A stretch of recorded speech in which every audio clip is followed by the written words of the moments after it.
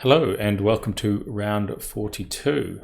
Looking at the numbers here, we seem to have lost a few tanks, which isn't great. It's likely the ones that we had charging in there to mess with the supply lines of not the Federation. So let's get in there and see what we got. Metal deposits, awesome. Crisis of Passion continues, and oh, we've got walkers. This is actually quite good. We don't actually have them yet, obviously, but we can now research them, and considering just how much of the terrain in this planet is horrible dense forest and a bunch of mountains, the walkers are going to be very, very useful to have. We've updated our tanks with polymer armor and a high velocity gun. Not a particularly great order of battle, but better than nothing. Bad rations and fate points and for a morale hit. It's not the best. The political point one is always useful though. The rest, recruit military, always good. Yeah, okay. First things first, let's have a look at the history.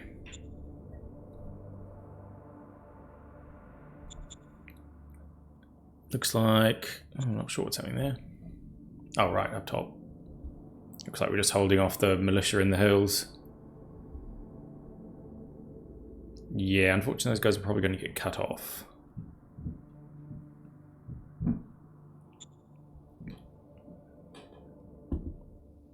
Looks like rockets. Yeah, quite a few rockets. And we hold on the crucial attack of the turn. Strangely not actually inflicting any casualties, which is strange. And yeah, we got punched back because our tanks are vastly inferior. Cool. Okay, so there was a request in the comments for a quick rundown of the diplomacy situation. So I think I'll do that first. Basically, me and Bolton Wanderers have come to an agreement that alone we stand no chance against the massive hordes of Bloodfort. So what we will do is, between us, we have agreed to squash not the Federation as quickly as possible and then turn our alliance on Bloodfort. So hopefully this war won't last particularly long, and then we will have a chance to fight a big planet-spanning war against Bloodfort. It remains to be seen if Bloodfort will just continue to consolidate their advantage or actually try and attack on us. Right now, he hasn't got much in the way of frontage. Oops, he hasn't got much in the way of frontage with Bolton Wanderers. He does actually seem to be... No, those are perhaps strategically moved in. They actually have quite good experience. I thought they might be freshly raised. Yeah, this is only small, 3 hex wide bit. But once he's past that, he's in the open a bit, which is not great defensive terrain. Up here, it's just it's heavy forest and mountains, so just dreadful to slog through. Similar thing here. He's got mountains to go over. So any, what is this? A farmer miner regime, which no one's taken yet. How strange. Yeah, he's got this sort of demilitarized zone between him and not the Federation. So really, if he can get the logistics up, I seem to be his primary target. Yeah, the most likely place is through air. He's got everything he can, so I'm basically going to have to reinforce this section as much as I can. It does come down to these crucial hexes through here, including this one just open hex, which can be very, very difficult to hold against the sort of troops that he is fielding, unfortunately. Up here, it doesn't seem like he's got the logistical capacity yet to break through all this dense forest, although, yeah, it's getting pretty close up here, in all likelihood. Yeah. So, all in all, we've got the big border, so any fighting eventually there will be fighting with Bloodfort, but any eventual fighting we're going to bear the brunt of, which is quite unfortunate. That reminds me, I should double check, make sure I don't have any tech exchange cards. I do not. Because, yeah, we have cooperation, but there is higher levels of tech exchange in that, and we could really use it to help me catch up on my somewhat behind technology. Okay, we have a new model. I will come back to that. And new operationalize. I think RPG infantry is definitely the way to go there. Roaming thieves, just unpleasant. Roger that. That actually we managed to succeed, so nothing really bad happened. And this is quite a good commander, so off you go to the 10th Infantry. While we're there, and before I forget, I will quickly recruit a new military man.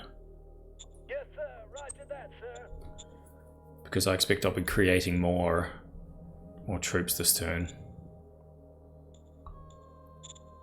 Right. I'd probably need to retain the troops here, to be honest. Don't think it's such a good idea to leave this section undermanned, especially at present. Well, I do have all these yellow troops peeled off. I may have made a mistake there in sending them, because I do need to maintain a show of strength in some ways on the border with Blood Fort, so they don't get too many ideas.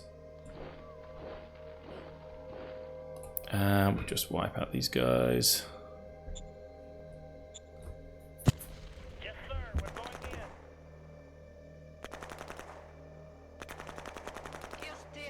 in. Easy combat armor troops, as always, able to completely dominate low-level militia.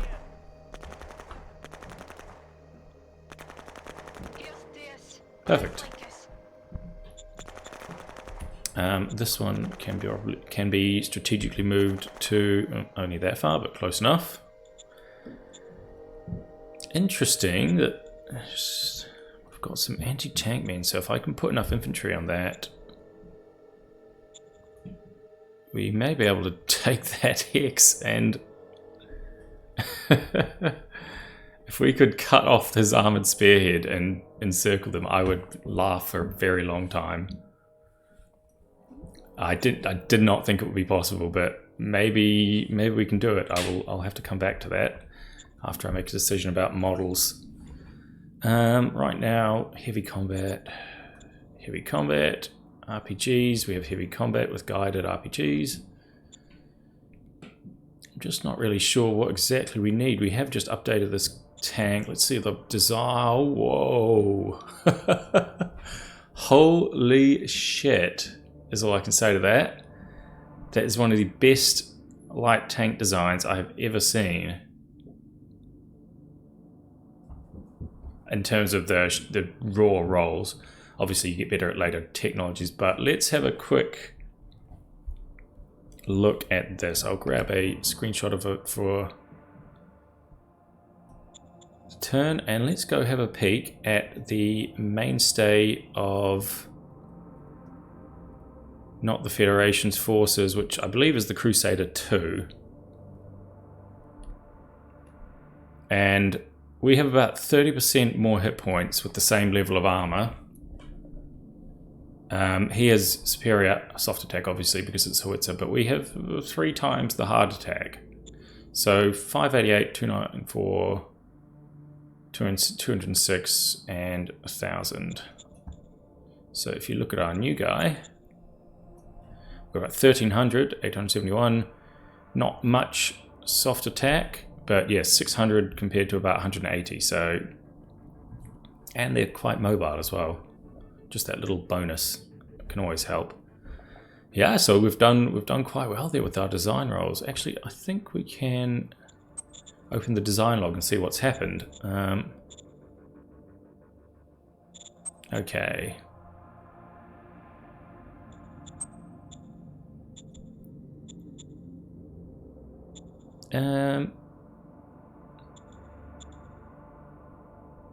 Yeah, so we've had a new value generated for all of those.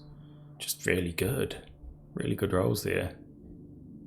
It doesn't record the previous ones, I don't think, so actually we'd have to look at them in the other one, but Yeah, I'm very, very pleased with this. They're anti-tank tanks, which is a slight mouthful to say, but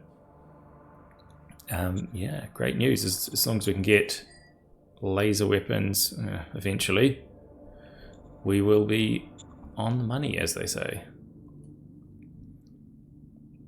Let me have a look at the report for Bloodfort. Not technology. Military. So they have Abraham 2s, Harleys, which is... I'm thinking the Abraham 2, which is annoyingly named the same as that one, and ours. I think the Abraham 2s appear to be their most recent, which... Let's see if we can find an example of those. Oh, it's really out of date. Chronically so. It's not even a close comparison to what we have. It does look like he hasn't spent any effort to build up his army yet, which is quite good news because that can take a few turns. Yeah, it looks like he's gone for a lot of infantry investment rather than... Because, I mean, these guys are absolutely savage. These are really powerful, very powerful laser infantry, and same thing here. There is a bit of a problem in that, like, if you look at the RPG, right? This is guided RPG, 300 hard defense, but you look at a machine gun, a laser machine gun, also 300 hard defense. So in many ways, the laser machine gun's obsolete. Guided, where is it? We can look at the text. Until you get heavy guided RPG, which can be quite difficult because you have to get both these techs, and I believe rocketry is the other prerequisite. Yeah, until you get that, it's quite difficult to match laser machine guns in terms of defensive capacity with your rocketeers. However, once you can eventually get micro-nuke RPG, they become horrible, horrible murder machines with hard and soft attack values in the thousands. The step between these two is simply staggering. There's probably 3 times the firepower, and they use the anti-infantry defensive value that all armored units have, which is makes them even better. So yeah, if you're looking for a sneaky strategy, one that we've come up with recently is just to rush up to micro-nuke RPG infantry and just spam the ever-loving hell out of them until your opponent just cannot cope anymore, which would take less time than you think, to be honest. Right, okay, I've been avoiding... I'll leave the fighting till last this turn. Let me have another look and see what we got for... We've got quite a lot of metal piling up, as well as even more industry. So the first was in Shoreditch, we found a metal mine. Ooh, did we find 2? Because we... that's interesting. I will actually just clear that out. There we go. Because we want to get them up and running as fast as possible. And I do have quite a lot of spare industry. So these are all low mountains. These are all low mountains. I'm just trying to figure out the... Yeah, I can actually stick a road in here without costing the... without it costing too much.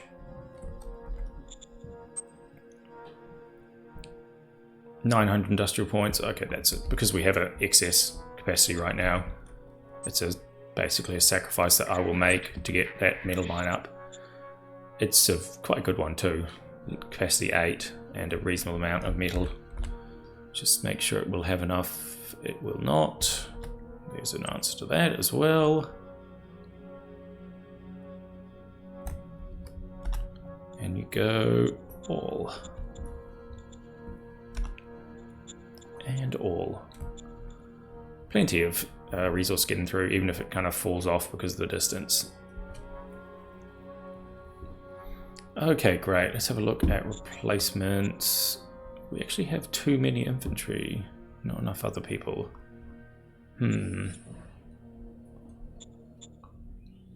Right, and everything else is in good order.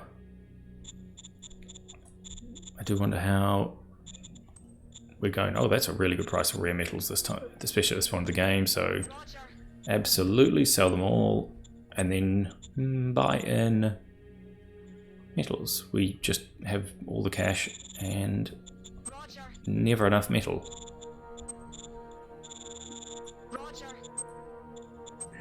Because we have such a good price for them, I'm just gonna... Oh, no, we've got no metal left. Everything else is fine, we don't need anything else. But it does give us a nice little boost over here. Okay, so... what am I thinking?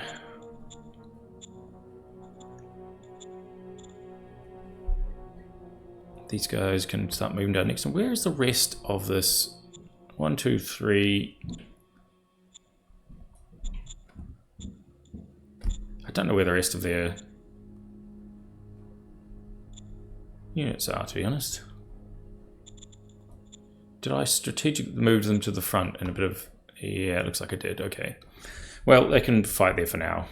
But I'm going to retain the rest of it over here as a defensive unit.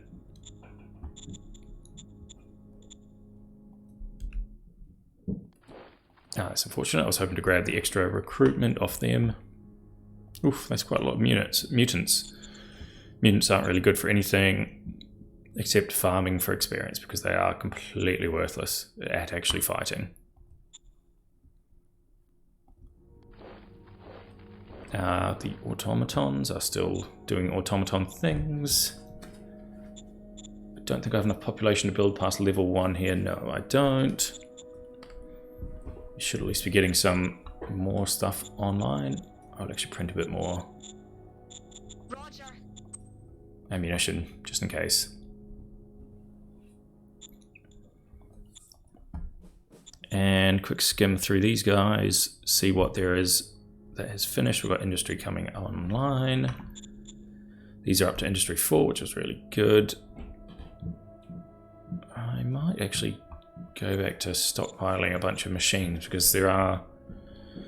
It's always good to have quite a stockpile of them going into the sort of mid-game because there are some units which require a very large amount. Same thing here, we've got truck station 4, just very large amounts of logistics flowing in and out. Quite healthy. The mines are continuing, we've got demetallization plants coming online. More industry. Ooh, I feel like we can probably commit a bit more production to this front, so that is annoying. Have I? Yes, I have. That is a new zone. And not enough. Okay, I'm just gonna mothball that because I don't want to be using the population it requires. Yeah, this dies off quite fast, so I think it may be in my best interest to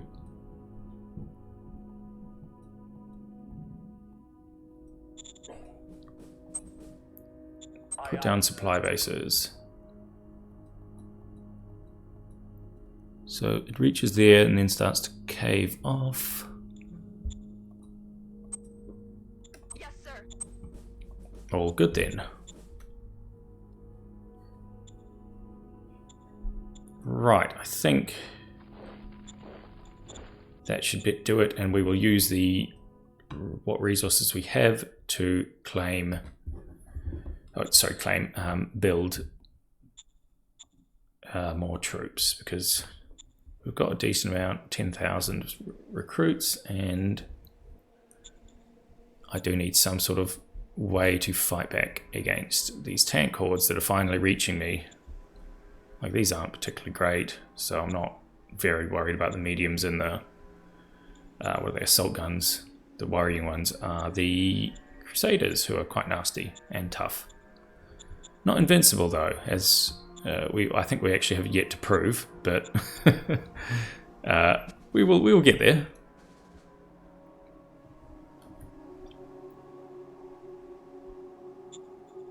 Okay. So we got these guys in here, very cut off, quite buggered, but they are only a bunch of militia. Yeah, this is the other thing I don't think I mentioned yet, is that your militia can receive units. These are sort of my own subformations, but they're very obsolete ones, which were designed 30 turns in the past. So eventually militia get sort of okay-ish units, better than the crappy actual militia. Which, I mean, you can sort of like compare 88, 33, 67. It's quite good for militia. And yeah, well, I mean, these guys are quite bad. They only have an automatic rifle. These are literally the worst infantry design you could have. Okay, these guys are unfortunately at full readiness. So even with my quite large numbers of troops here, I don't think I will be able to, because look, I mean, comparatively my readiness is not great. It's around the 60s. So I'll be very surprised if we got good combat odds on this, which we don't, so it's not worth the risk. Unfortunately. However, I think, let me see. This is just 300. I do wonder if we have the capacity to. It's these damn laser infantry, they're so good compared to any other sort of infantry. It just becomes unreal after a while.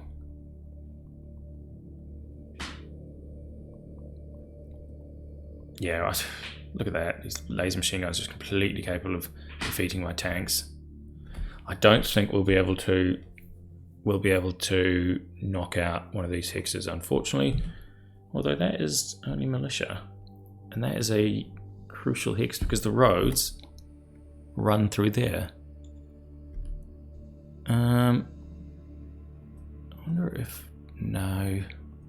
Well, first things first, let's get our troops that aren't at the front moved up further. This is the 9th Infantry, which is that guy.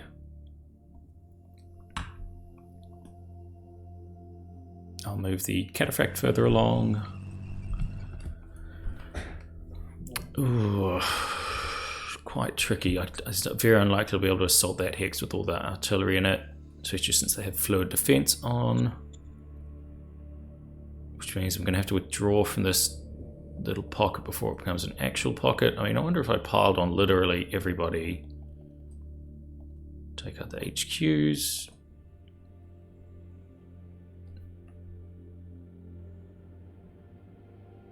That's quite a gamble. They don't have a posture. They don't have any laser infantry.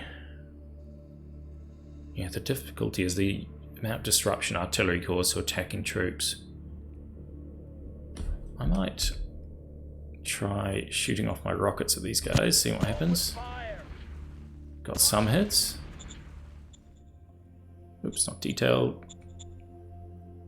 Yeah, we actually did quite a number on their readiness, so I feel like we've got much better odds now. Especially if we do this and add another hex side to the attack. Just human wave all over the poor buggers. Yeah, that's much better. Ooh, risky, but...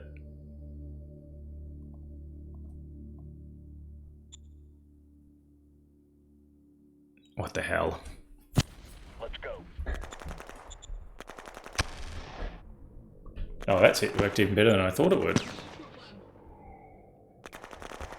We took a few more infantry casualties, but we did knock out 2 of their tanks and their artillery.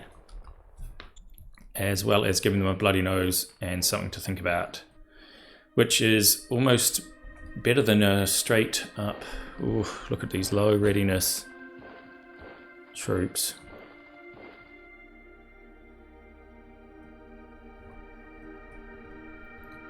Yeah, just showing that we have teeth is quite important at this point, making him more cautious in his attacks.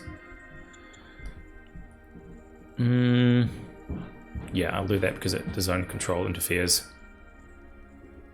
I really would love to cut that road, but it's quite risky. I suspect I would lose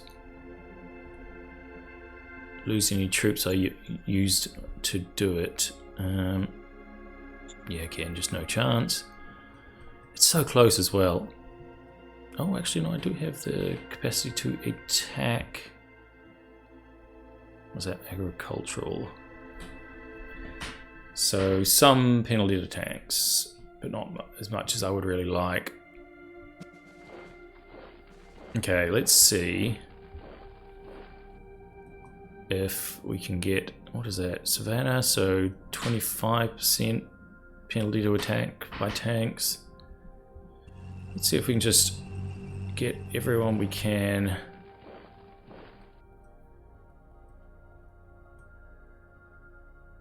To attack this hex. Oh, we might be able to do that.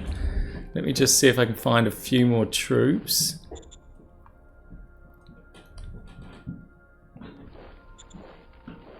No, we don't want to use the wrong people.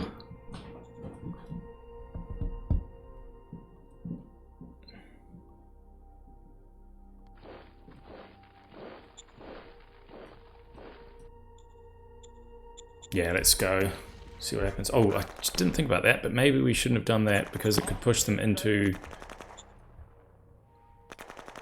a hex that we didn't want. Nope, they didn't. They went to that one there. Right, let's go. What happened that worsened my attack odds so much then?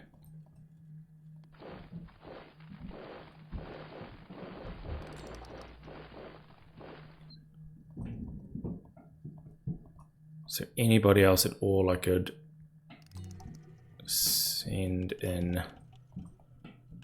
Not really. I'm kind of curious to see if we could might be able to punch out them as well, although it is more risky with the tanks. Actually no, I've gotten the hexes confused. Yeah, this is our target hex, that one there. Whew. Okay. Moment of truth. Everyone, can our tired, poor troops take out this crucial hex and cut off the entire spearhead? It seems like they can, with greater ease than I anticipated. Phew, is all I can say of that, because as you may have noted, a bunch of my guys... Oh, well, I thought I had put a bunch of them on defensive postures, but... I guess not. So, wait, what? I was gonna say, why can't I move into that hex? That's really important. But I hadn't actually used those guys in the attack, so.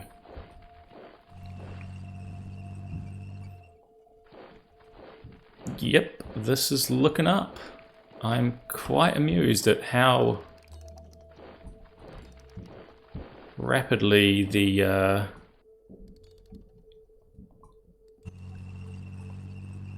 tables have turned on this front.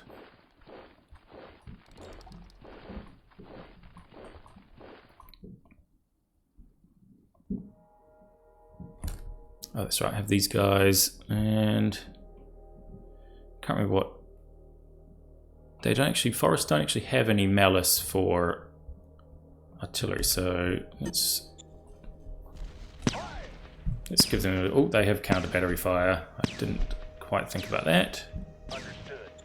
At least we didn't lose any of our guys. Just here, wonder if we can do like a human wave in the forests here. Now this, this is only really working because of the terrain. If the terrain was kinder to tanks, I would be in a lot more trouble. But yeah, it's not. So attacking down straight through here with this humongous amount of tanks was perhaps not the greatest idea anyone's ever had. I think I will send these guys over here. Yeah, that's right, there was no chance of that happening, but everything else is going quite well. I will just leave those guys there. Really, these guys just here as a distraction. If they want to attack them instead of trying to break out, then they are welcome to. I don't have any good info on their supply situation. Oh, that says they're well fed, so they were alright before this, but supply bites fast and hard. Do it now.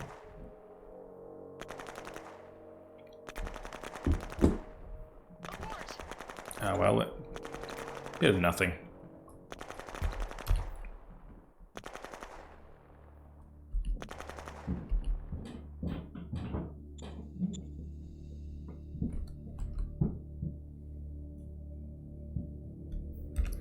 I think I'll just move these guys normally. Shoreditch doesn't actually need any unrest suppression, so they can just do border guard duty. Like this guy.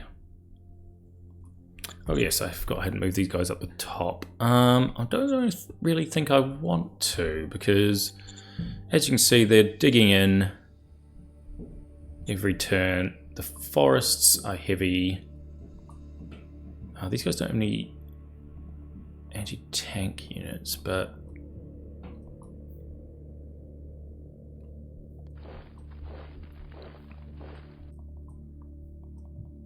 yeah, I'm just going to leave these guys there, because it's once people have dug in, especially into terrain like forest, it becomes extremely forest or even mountains in this case, because you see the maximum entrenchment is 250. That's basically a flat percentage modifier to your hit points. So once you have dug into somewhere, especially with infantry, it becomes incredibly difficult to shift you.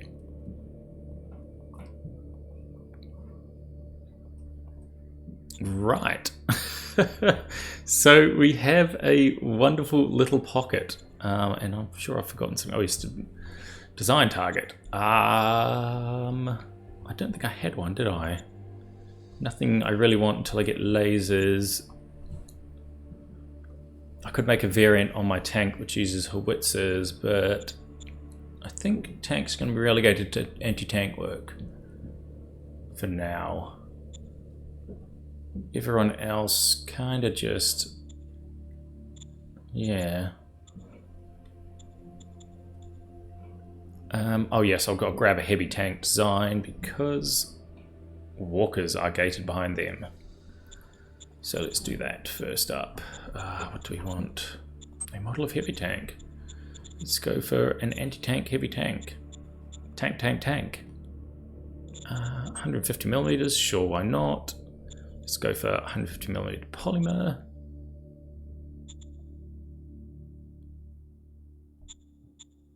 Just lots of extra power, why not? We're never going to use that. I find heavy tanks are very cost ineffective. So that is alright, though we don't have to use everything all the time. I will put these guys on duty in the forests after all. And these guys can move back.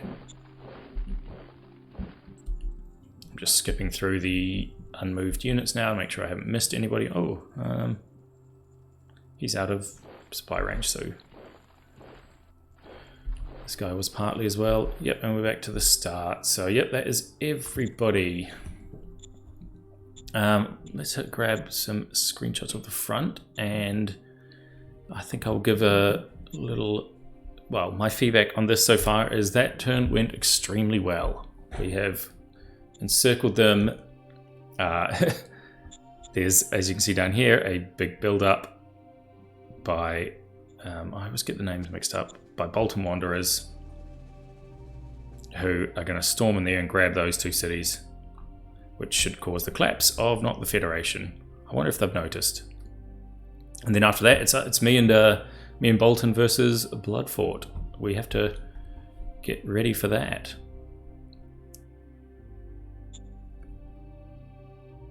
Let me just remember what I was doing. That's right, it was taking screenshots.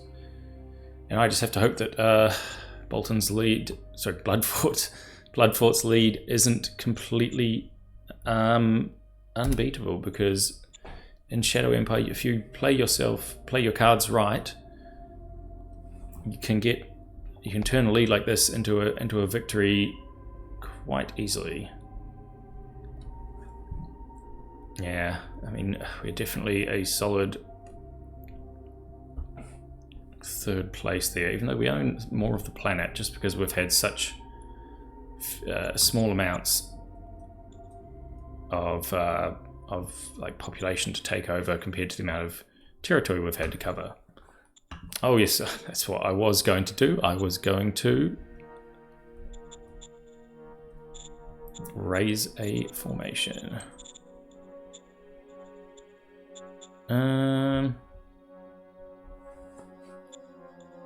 I may just have to stick with machine gun infantry.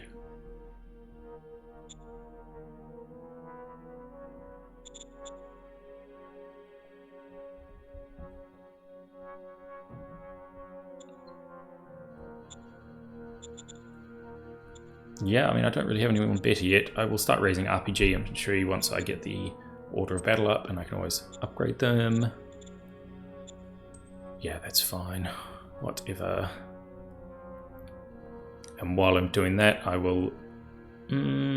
what sort of units do I want to raise to attach to them? I'm almost tempted to... Yeah, actually, I think I might... Just looking at the terrain... Because there's an open area through here. I think I might actually build my own tanks. And use them as a counter-attack vehicle. Abrahams 3s. I'm going to change the name on the Abrahams, to be honest. Because... that is the 11th Infantry.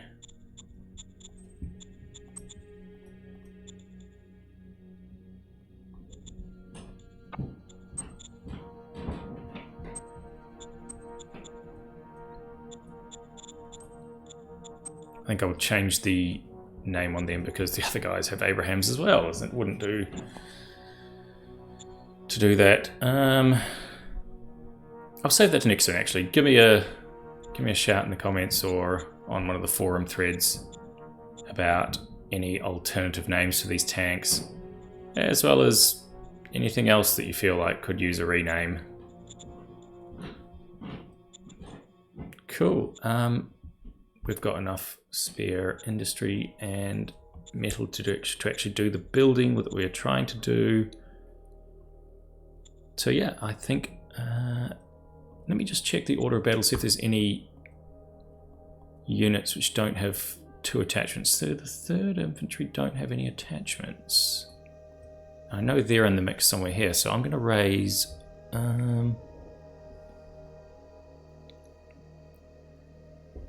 what do I want to raise for them?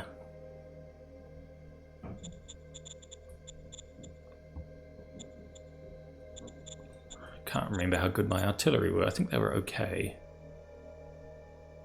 but not amazing. Yeah, they haven't got a conventional gun update. That's the problem. Speaking of which, do I not have that tech yet?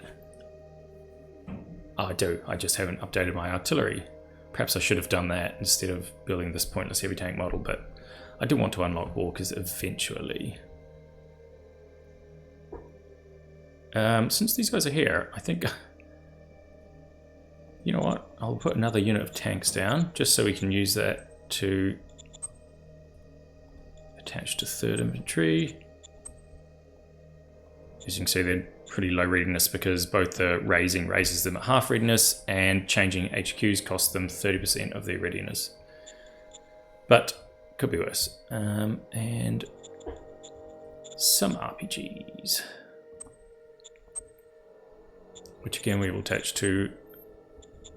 Oh, it does that thing where when you freshly raise it, it doesn't quite acknowledge that it exists.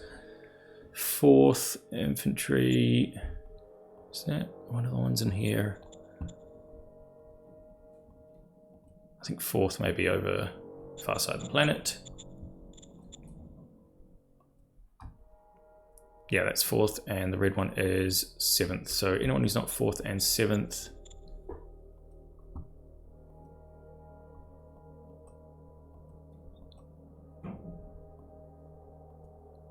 Yeah, everyone is at full independent unit attachments. Okay, yep, that's right. I want to leave some spare industry and metals anyway. Cool. That is pretty much it for this turn. Things are looking up in a big way with that wonderful little pocket we have going on. I'm so pleased that that worked, and honestly quite surprised that we managed to pull it off given the quality differences. But yep, look at you. Cool, that's it for this week, so thanks a lot everyone, and I will see you next time.